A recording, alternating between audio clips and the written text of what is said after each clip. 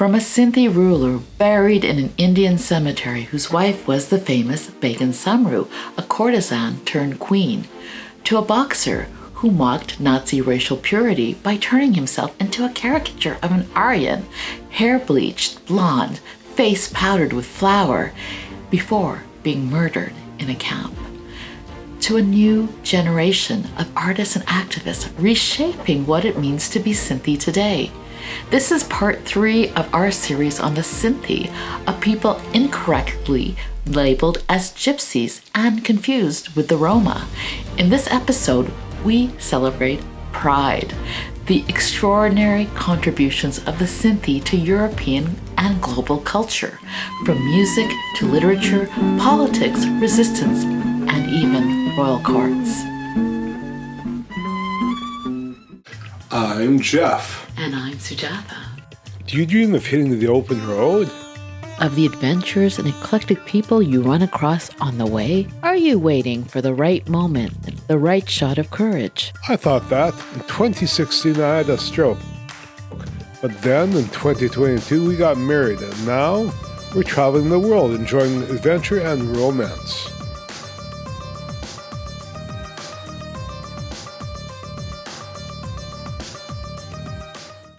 In part 1, we explored Sinti's origins in India, their migration into Europe, and how they developed a distinct culture and language, one inspired by the Indian subcontinent. That is not Roma, that is not Gypsy, but Sinti. In part 2, we confronted their historical tragedies, especially the genocide of Sinti and Roma people under the Nazis. Now in part 3, we look at the people you may not have known are Sinti. Django Reinhardt, the jazz revolutionary. Born in Belgium in 1910, Django Reinhardt lived in a caravan near Paris and is considered the father of manouche, or European jazz. A fire in 1928 left him with severe burns and limited use of his 2 fingers, but he went on to revolutionize jazz with a unique playing style, using minor chords and G7 progressions.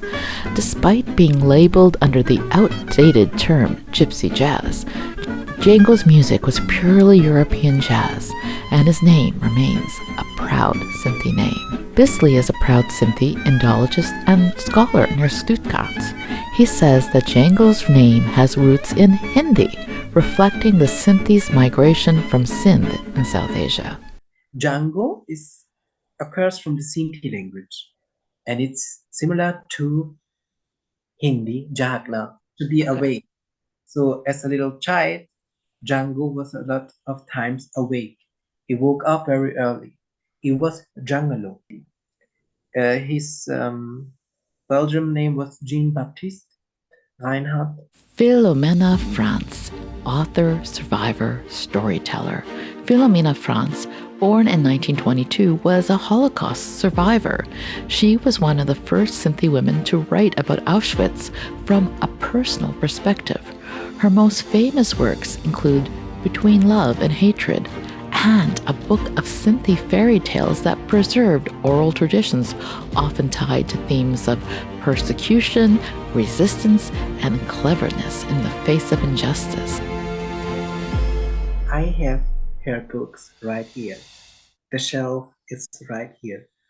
Philomena Franz was maternal Jewish, paternal she was Sinti. And another book of her, because she was the author of our community, was this one. It's a fairy tale book with a lot of Sinti fairy tales in German, because Sinti have an oral culture.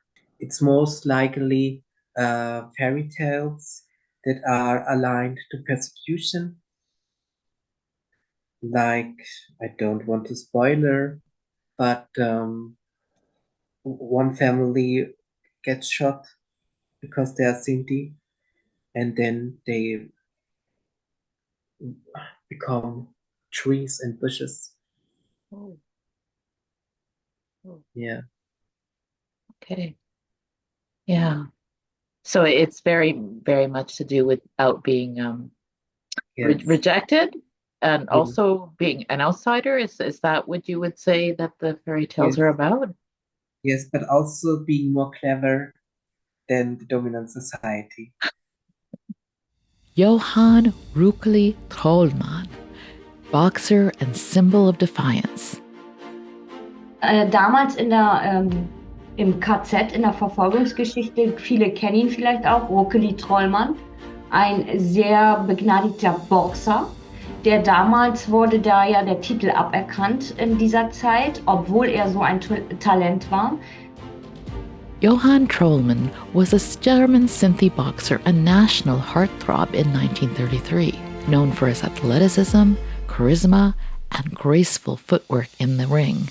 But with his dark hair and brown eyes, he didn't fit the Nazi ideal of Aryan perfection, and with Hitler obsessed by boxing and strength, that made him a target. After a Jewish boxing title holder fled Germany, Trollmann became a contender for the national title. Despite outboxing his opponent, the match was declared a draw. The crowd erupted in protests, and the decision was overturned. Trollmann was named champion, only to have the title revoked days later for what officials called his so-called emotional reaction. Ordered to abandon his signature dancing style or be banned, Trollmann returned to the ring with a bold act of defiance. He dyed his hair blonde, powdered his face with white flour, and caricaturized the Aryan image. But his days were counted. He was imprisoned and eventually murdered in 1943 at the Neuengamme concentration camp.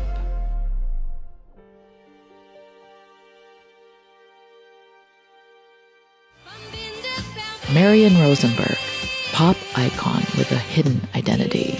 Dann gibt es aber auch eine Marianne Rosenberg, die eine deutsche Schlagersängerin ist, die ganz lange verschwiegen hat, dass sie eine Sintetzer ist.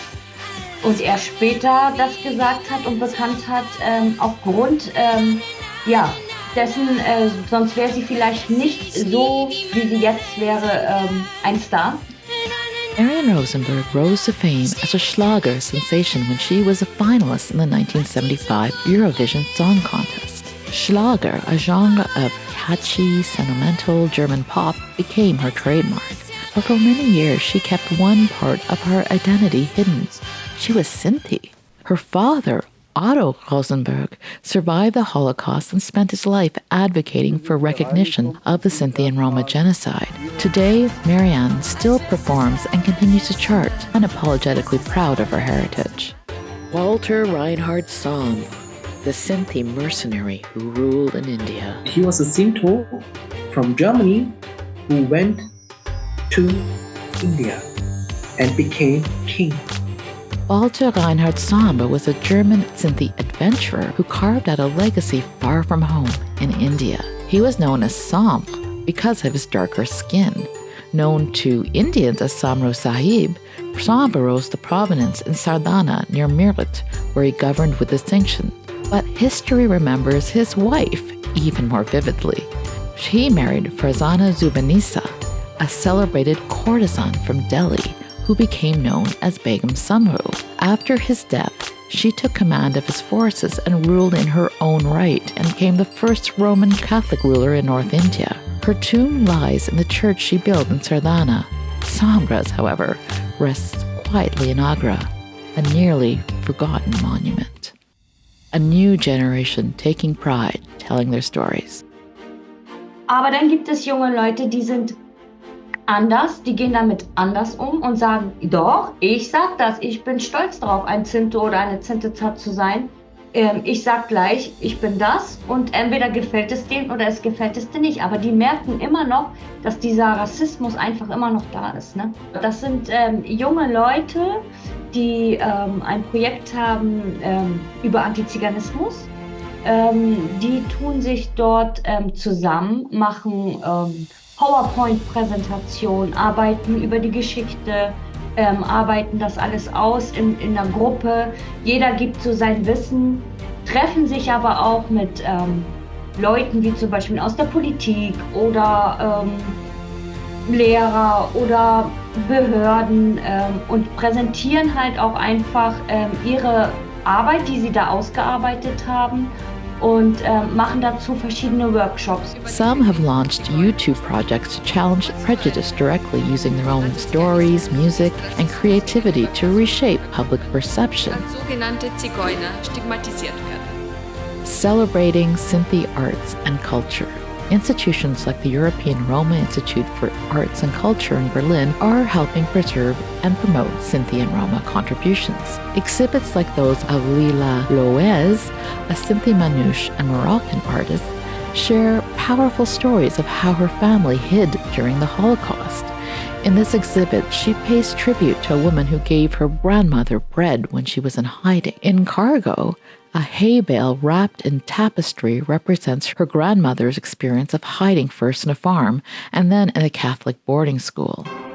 The Sinti and Roma Philharmonic Orchestra, a legacy of classical brilliance. Ricardo Sahiti leads the Sinti and Roma Philharmonic Orchestra. It brings together world-class musicians of Sinti and Roma heritage, all of them professional musicians in their own right. For generations, Sinti and Roma have shaped European classical music. Composers like Bartók, Kodály, Brahms, and Ionescu drew heavily from their melodies and rhythms. Kodály, for instance, was inspired by Roma songs heard while traveling by train. Brahms' Hungarian dances also echo Roma themes, and operas like Carmen would be unthinkable. Now this heritage comes full circle in a remarkable composition, Requiem for Auschwitz, written by Swiss-Dutch Sinto composer Roger Moreno Rathgeb. Inspired by his own visit to the former concentration camp, the Requiem is dedicated to all victims of the Nazi regime, a sweeping, sorrowful, and resilient tribute performed by musicians who carry that history with them. From jazz legends to literary pioneers to royal courts and orchestral stages, the Sinti have left an indelible mark on Europe. Their voices, long silenced or ignored, are rising, not only to remember the past, but to celebrate a vibrant and evolving culture. This is Pride, and it's only the beginning.